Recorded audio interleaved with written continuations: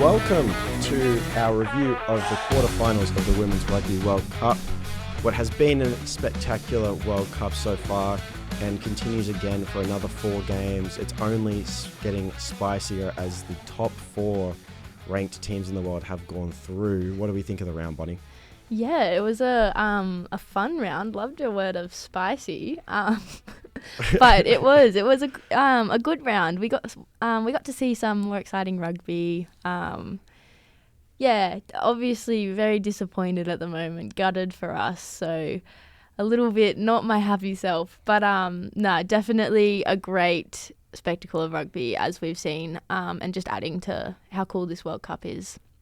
Yeah, well, now we look at 4 teams who have gone through, but also there's 4 teams that have put in a fantastic effort and have fallen short in the quarterfinals, which is such a massive occasion for all of these teams, and I know that it's going to mean everything to them, but these are teams who I'm sure wanted to go further than they did. But it's tough competition at the moment. It's only going to get tougher, but it means that the quality of rugby that we're going to see is only going to get better. But unfortunately, a few teams not making it forward in the competition. Which game would you like to start with? Well, let's start it off with the first one because this was probably my favourite game of the round. South Africa v New Zealand. New Zealand 46, South Africa unfortunately 17. But what a game this was. I think South Africa threw about every trick in the book at New Zealand, knowing that they were, this potentially was their last game. And New Zealand is so strong, as we all know, defending champions. And they absolutely, it was like a magic trick game. They just pulled everything out of their hat, and it was so exciting to watch. South Africa, MVP of this round, even though they didn't win. We've really loved South Africa over the past couple, this World Cup in general. I think they've just surprised me so much. They have, like I've talked about every podcast, every episode, they have so much heart that they take into this game. But I mean, when I talk about tricks, they had 15-man lineouts. They had their 9 jumping, their 15 jumping in lineouts. They had a scrum that they turned into a maul. It was just so cool to see. And the fact that they had New Zealand looking around for help as to what was happening, I mean, for any team to do that to New Zealand, that's so cool. Yeah, absolutely. And, you talk about they're playing with so much heart, but it's not even just heart, it's confidence to do what they're doing out there.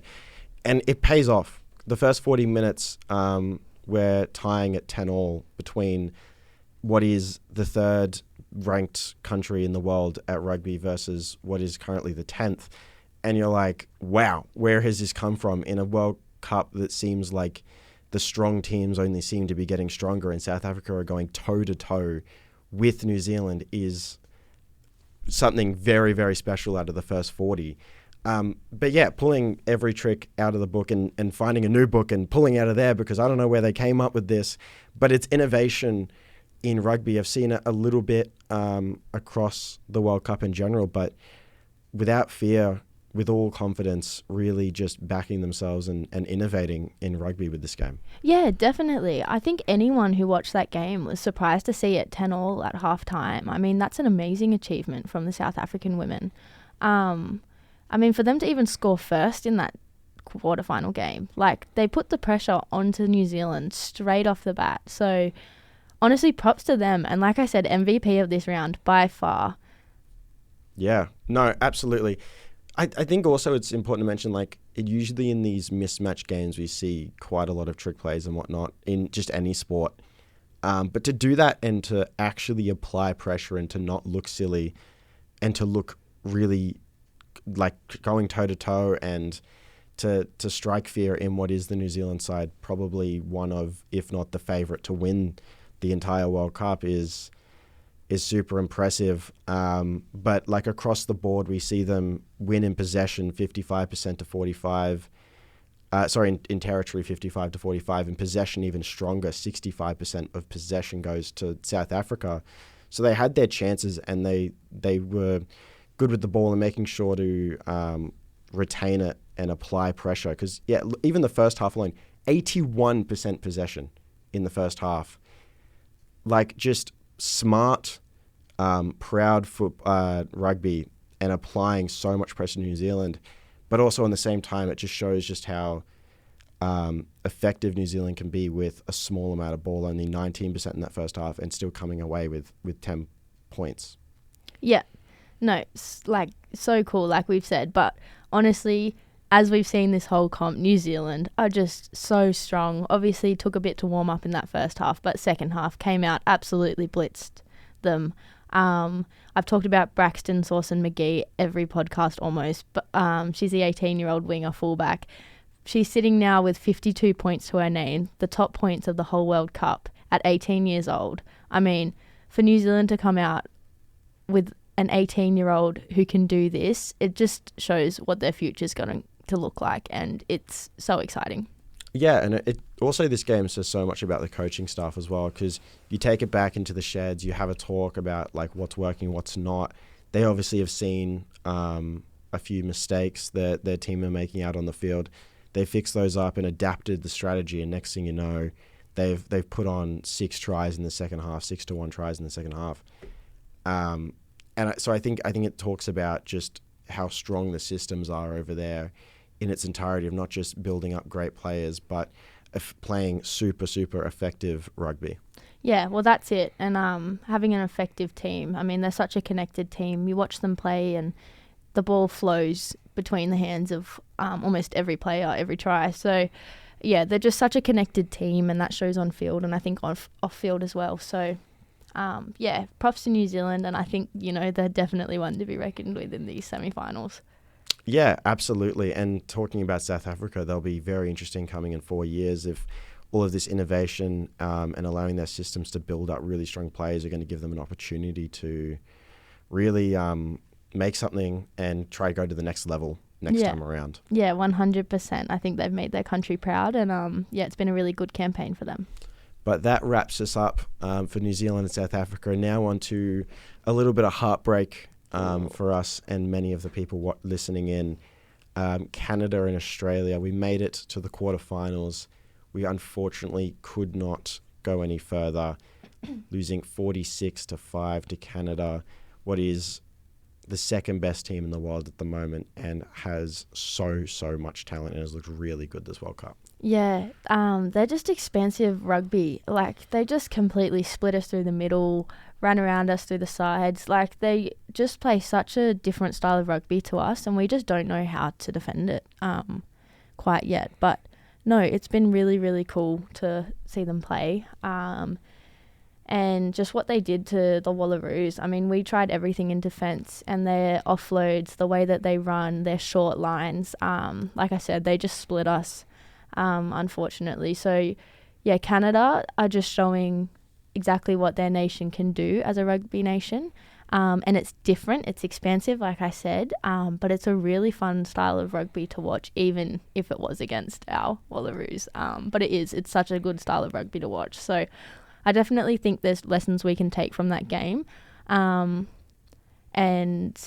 yeah. Well, yeah, well, talking about Canada, I've also seen some stuff online. I've been reading and watching some stuff just about like how innovative Canada is and how much they're trying to push the boundaries of their rugby and take it to the next level. But moving on to Australia, I think, look, 31-5 at halftime is a little ugly, in my opinion. And then the second half being shut out as well. It's not ideal by any means. Like, we understand that we're going up against tough competition, but not really what you want to be doing. And when I've been watching our Wallaroos throughout the tournament and having a look at the games, it's like we've seemed better closer to the start of the game, and then we're kind of falling off. Like, if you even look back on the USA game where we drew up, we had that game in hand, and if we kept the momentum, we would have been okay. But we just couldn't withstand. I understand against these teams that are like Canada and England that it's hard to stay in those games. But I'd like to see us have a little bit of pushback in that second half, even if it's for the first 10 minutes of the second half or the last 10 minutes of the second half. I would really like to see us be able to make a push in that second half, get some extra points, and it'll win us games here and there, and it'll create a more complete side. I think that's something that I would be looking at with the team. Yeah, definitely. I'd have to agree with that. I think it comes from a lot of our, unfortunately, fitness. And with us not being a full-time program, I think it's really hard for us to try and stay at that really elite level and compete with teams like Canada. So, yeah, I definitely agree with that. I think, not that I'm shouting this out for myself, but I think if we put a little bit more time into the women's rugby and allowed us the platform to become our best versions of ourselves as athletes, I think we'd absolutely compete with these teams. But unfortunately, we're just sitting behind there at the moment. But I do have to say a special mention to Desiree Miller. She's been an absolute golden girl for us this whole tournament, and she got another try, the only try of this game. So, yeah, she's been absolutely so strong for us, and I think she'd be happy to get another try under her name, but unfortunately the whole team just not being able to pull through in this one. Yeah, absolutely. And I think the conversation about how we're looking at women's rugby and how we're supporting it is something that I really like to go into. I think looking at all the teams in general, come the end of this tournament, when we're talking about our grand final, we might also do a little segment just reviewing where I think each of these are, because I think it is really important when you consider who's there are some blowout victories here throughout the tournament. Like it's not like we're ignoring that, and looking at just like how the resources in these different areas are being used, and potentially how Australia could be better funding and better prioritizing women's rugby in Australia at the moment. Yeah, definitely. I think that's a conversation for a future episode, and I think I'd love to go into that too. But honestly, proud of our girls for this whole tournament, going up against some of the world's greatest, and it's part-time athletes against full-time athletes, and they definitely put it to them. So yeah, proud of our nation. Yeah, absolutely. And to reach where they were as well is obviously massive. But yeah, when we're looking at areas that we had to improve on this game in particular, I think the main one for me is also just the tackles. 74% tackle success rate is not really where we want to be, and I've seen it a little low throughout the competition.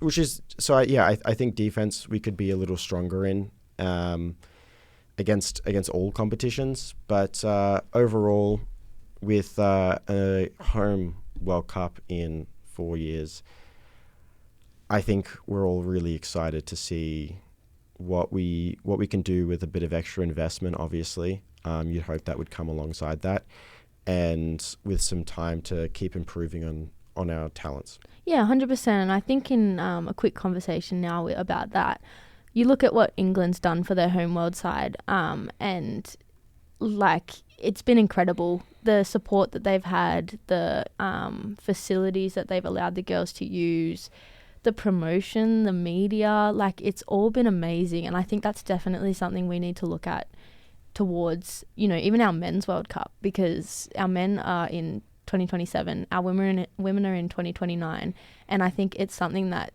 we should be looking at and in awe, because England have done an amazing job.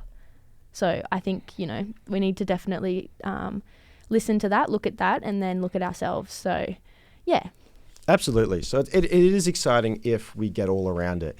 But to round it out, I would also like to give a little mention to Piper Duck, 22 tackles in this game, and has been an absolute workhorse throughout this entire World Cup in defense. Like I talked about how we need to have a little bit stronger defense, but the work rate on Duck has been absolutely immense and one of the highest of the entire competition.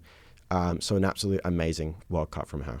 Yeah, definitely. And I think she'd be happy with that. She's been out injured for a bit of a while now, so to come back and do that in a World Cup, I mean, she'd be ecstatic. So no wonder she's injured, pushing her body that hard. Yeah, definitely. That must be ridiculous. But immensely proud of our Aussie women there. And congrats to Canada for going through. Yeah, congratulations, Canada. You're looking good in the semi-finals too.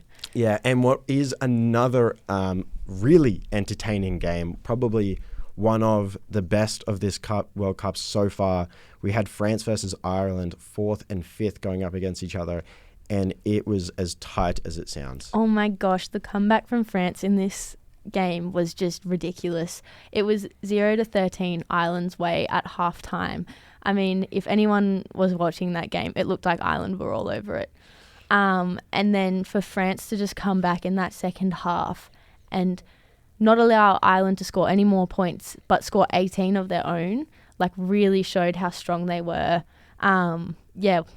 Yeah, well, I reckon that France coming out of that first half would consider themselves reasonably lucky or reasonably okay with 81% of the territory going to Ireland and France only conceding 18 points. I think they would have felt like they were still in it after that one. And they definitely just told themselves, like, look, if they can do it, then we can do it. And they shut them right back out, the same way that Ireland shut them out and then put an extra 5 points in there as well.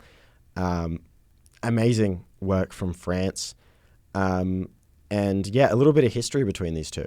Yeah. Well, for anyone who didn't know, the last World Cup, they actually faced off against each other in the quarterfinals, and France won again, but they won by definitely a larger margin. So Ireland, I think, came into this game with nothing to lose and everything to gain, because they needed to beat France like they didn't in the last World Cup. Unfortunately, they fell short, but I think we saw that fight in that first half. They came into this game with a lot of vengeance, I think, to, get that win back over France and go further this World Cup. But unfortunately, they just fell short in that second half.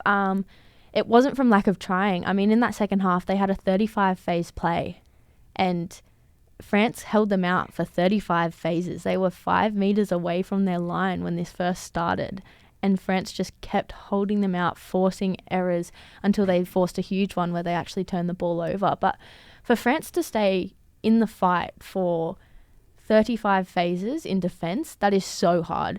Anyone knows, anyone in really high up rugby knows that if you get over 5 phases, you usually can score pretty easily. But to do 35 phases and for France to hold them out, that's ridiculous. Absolutely. And, I was just talking about work rate before. Like, France have, it is a dominant work rate with 273 tackles throughout this game. And being put under pressure over and over again, that's an amazing example of it there. But just how much territory possession Ireland have, they'll be a little disappointed they didn't come away with more points. But France will 100% be super proud of the effort they put in order to hold Ireland back, and then given themselves a little bit more in the second half, quite a bit more even, and that allowed them to put on those 18 points and to look a little more confident there. And it also doesn't help that 2 yellow cards in the first half would have put a ton of pressure on France. But even with a yellow card scoring a try as well,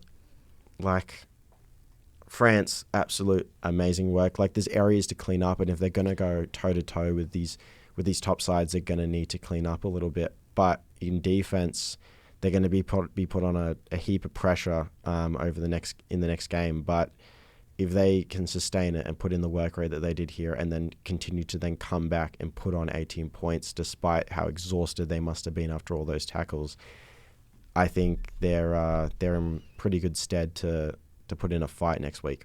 Yeah, definitely. I think a big thing for France is to work on their discipline. They have to work on their discipline for semi-finals. I mean, you can't have 3 yellow cards in a semi-final and expect a win.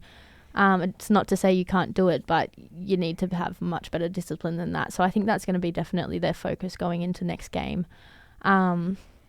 But yeah, really, really cool from them. I mean, obviously they got one of the best tries I think we've seen in this World Cup in the 67th minute, a full field try from France that put them in front, further in front. And then, unfortunately, Ireland actually had the opportunity in overtime, the 81st minute, to complete a line out and probably a really strong maul, because they've had I think it was the 3rd top line out success rate of the whole, of everyone in the whole World Cup. Oh. And then, unfortunately, in this 81st minute, when their line-out really counted, there was a miscommunication and they lost the ball, and France ended up kicking it out for the win. But, I mean, they'd be disappointed with that. France, it just speaks of their fight again to force an error in a time where they were probably under most pressure, knowing that if Ireland scored, they were the ones going through. So, yeah, really cool game from both teams. Yeah, I mean, it's weird, but we love a game that ends in a decision that nothing else really matters at the time. Like, it comes down to the last 5 minutes, and if you score it, you score it. If you don't, you don't. But absolutely, Ireland will be gutted. Absolutely gutted. But I think it speaks to, we talked about how in history they've looked a lot less competitive against France, and they were looking to put in a fight. They did here. And similar to South Africa, I think they're going to be ones to look for in the future. And I think it's just still a great achievement to be where they are at the moment. Yeah, definitely. I just think it's really cool just seeing how far all these teams have come and how much more exciting women's rugby's getting. So, yeah, props to Ireland for their campaign, but congratulations, France. That was a really, really cool one.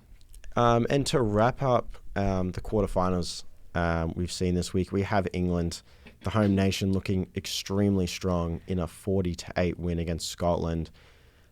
Scotland fighting till the end, getting the final try of the game in the 80th minute. An amazing job from them there. And overall in the second half, to look a bit stronger, at least on the scoreboard, only conceding 2 tries to 1.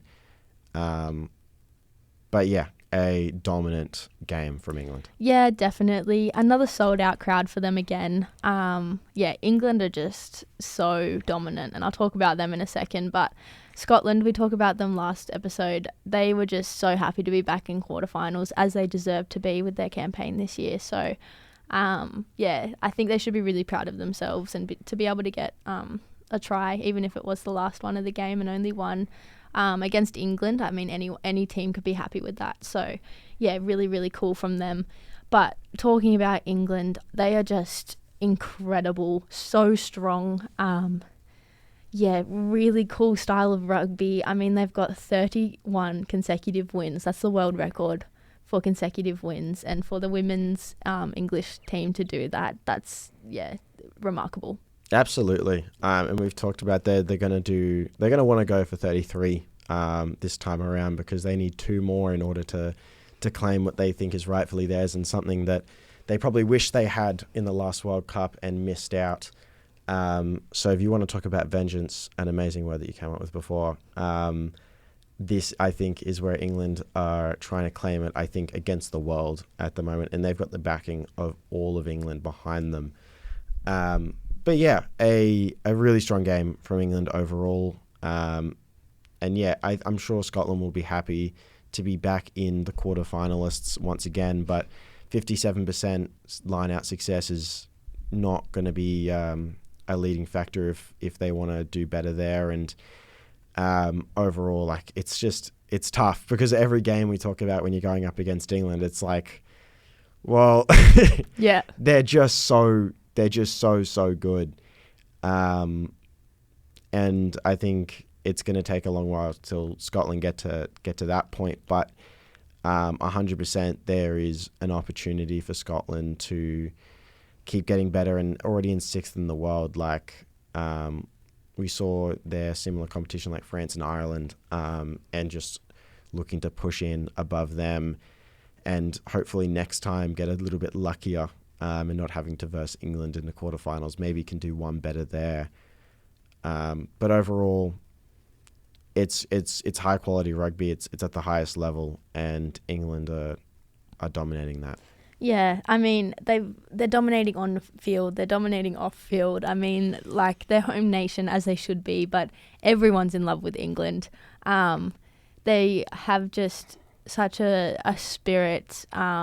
The coolest thing, I think, is that England are doing the right thing and expressing their players' personalities. I mean, you saw Ellie on the drums on the sideline, just being Ellie, like her fun, bubbly self on the drums. So I think it's really cool that England are just showing their personalities of their players and making people fall in love with their players rather than the rugby that they're playing, even though they are playing such cool rugby. But it's just a really cool way to look at women's rugby. And I mean, Abby Dow, even 50 tries. She got 50 tries in this game. So, like, that's another achievement. We talked about Jess Breach achieving, I think it was 51 or something like that last game.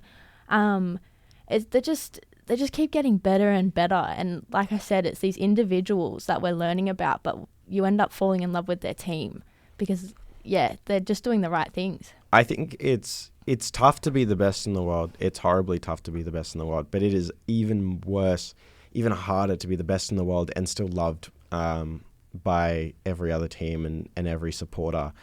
And I think it just stands for, because they're not just building themselves, they're building women's rugby in total, and they're bringing all this support to teams who haven't seen crowds like this. And to go up against the best team in the world is an exciting game, not just because of what happens on the pitch, but because of the support that happens all around it, by all the supporters as well, getting around each and every team. It's been a fantastic job done by England, and I hope that in a few years we see Australia put in a similar effort. Yeah, definitely. And I think all of England's games have been sold out. Like, I'm almost certain that they have been. And like, that in itself is incredible, just to see the home nation get so behind their team. Incredible stuff. Yeah, I can't wait for in 2 weeks we can take a look at the stats as far as attendance and just see like the massive boom comparatively to other competitions that we've seen. With the semi-finals coming up, that will be on our minds first. Semi-final 1, we have New Zealand and Canada going up against each other. The winner of that obviously going into the grand final. 2 very strong sides, second and third. You have to think that New Zealand is going for the grand final and they won't accept any less, and they're pushing for it. But Canada have looked expansive. They've looked strong. They're coming off a massive win against Australia. They're feeling very confident from that one. Man, who wins that? I don't. Who's to say?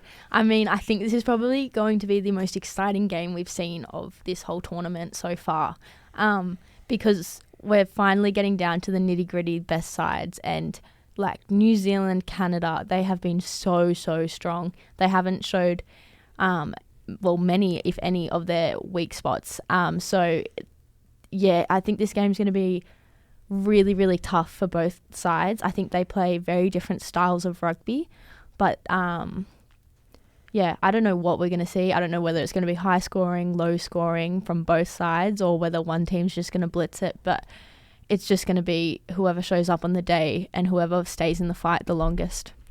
Yeah, absolutely. I'm maybe a little hopeful. I'm thinking we're going to see a high scoring affair here. I think it's hard to deny the scoring ability of both of these teams. And it's not like they haven't been letting in a few cheeky tries here and there from teams that they probably don't want to. But yeah, I actually think that potentially Canada's defense might, if they win, I think that's where they're probably going to win it. Because I know they can pretty much outscore anyone, but I think New Zealand, if they're caught slacking anywhere, that might be where they get stopped up. But I agree, this is 100% the game of the tournament. And I talk good about Canada, but absolutely, I think that New Zealand can win this, and they can win it by a lot. Anything could be happening. Well, that's right now. the thing, right? Is I think New Zealand know how strong Canada are defensively, and I think they're just going to be looking at the flair of their backs. They're going to be looking at punching it up the middle, drawing in as many players as they can, and then using their amazing backline that they have to just play expansive around them. And I think the same with Canada. They're going to be looking at probably more offloads than really heavy runs, but, looking to do exactly what they did to us, where they draw players in and just offload and play that expansive style. So I think it's just going to be such a cool game. Yeah, and we have some of the top try scorers and top point scorers in the whole competition going up against each other. We've talked about them before with Braxton Soros and McGee, Julia Schell, Sophie Degody. There is so much talent, and that's just looking at who scores points. And everyone knows that in rugby, that is far from just the game. There is so much else to it. So we're going to see so much talent across this game. I want to try pick a team to win this, but I think by picking one, I'm almost disrespecting the other just because of how good both of these teams are. Yeah, I feel the exact same. So we'll put it in the hands of the rugby gods. And yeah, we'll see what they come up with. Yeah, but I will say I do think that New Zealand's just experience on this level will be massive, and even the young talent of Braxton Sorensen-McGee. Just this will probably be the biggest game of her career, and one of the greatest and biggest moments of her life. Looking into the grand final, if they can make it there, that'll top that. But this will be such a massive moment, and I do think that New Zealand have a little bit of the Aborigine experience there as well. But yeah, I think that takes us to our next game on Sunday at 12:30 a.m. We have France versus England. These are back-to-back games at the same venue for the record, so it's a double header in Bristol. Because then we got France versus England. England continuing, hopefully, with some strong form in their eyes. France probably needing to clean up a little bit, but in with a chance to apply some pressure to England. Yeah, definitely. I think France will just be throwing their really strong play at them. They'll definitely be looking at clips, as many as they can, to look where they can dominate against England. But I think England will probably have the cool heads here. Just continue what they're trying to do. I mean, like, everything's in their court, in their hands at the moment. So, England, I think will probably have calm rugby. We'll see probably what we have seen before from them, which obviously is very strong, very exciting. But I think France are the ones who are definitely going to be pushing here, trying new things, seeing where they can go through the England side. So, yeah, it'll be cool to see from them. Yeah, absolutely. There'll be nothing friendly about France at all. Just they're going to be pushing for every inch at every opportunity. Let's not ignore the fact that they're also still fourth in the world. Like, England, so strong, but France are 100% still in this and still a very strong side. And if a team doesn't show up for 20 minutes, we're going to see points get scored and we're going to see a pressure applied. But yeah, I mean, we saw France under so much defensive pressure up against Ireland, with all of their attack just heaving down on their defense and their defense pushing through.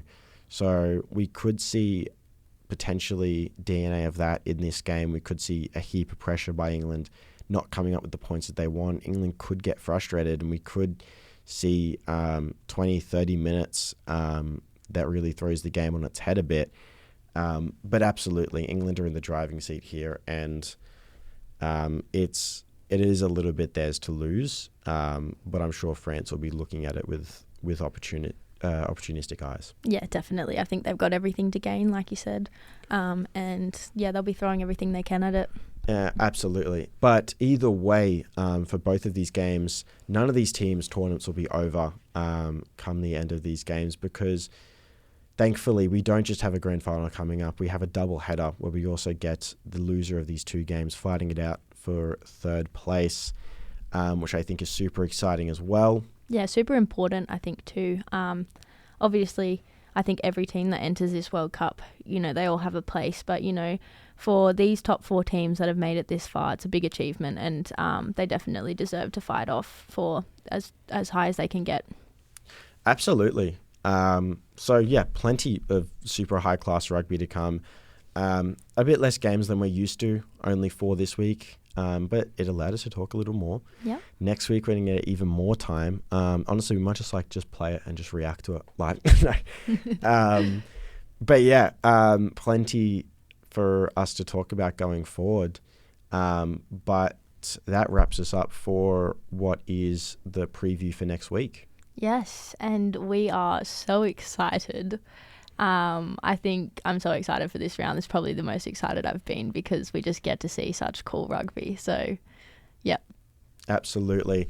And I think that brings us to a close this week with plenty of amazing rugby. It has been the incredible World Cup. I feel like we've ignored our catchphrase this whole time. I don't know. I've said incredible a few times. Did you? Yeah. Or maybe I'm so used to it, it just goes through one ear and out the other. Yeah. Because it is the Women's World Cup. Of course, it's incredible. It has been incredible. It's only going to get better.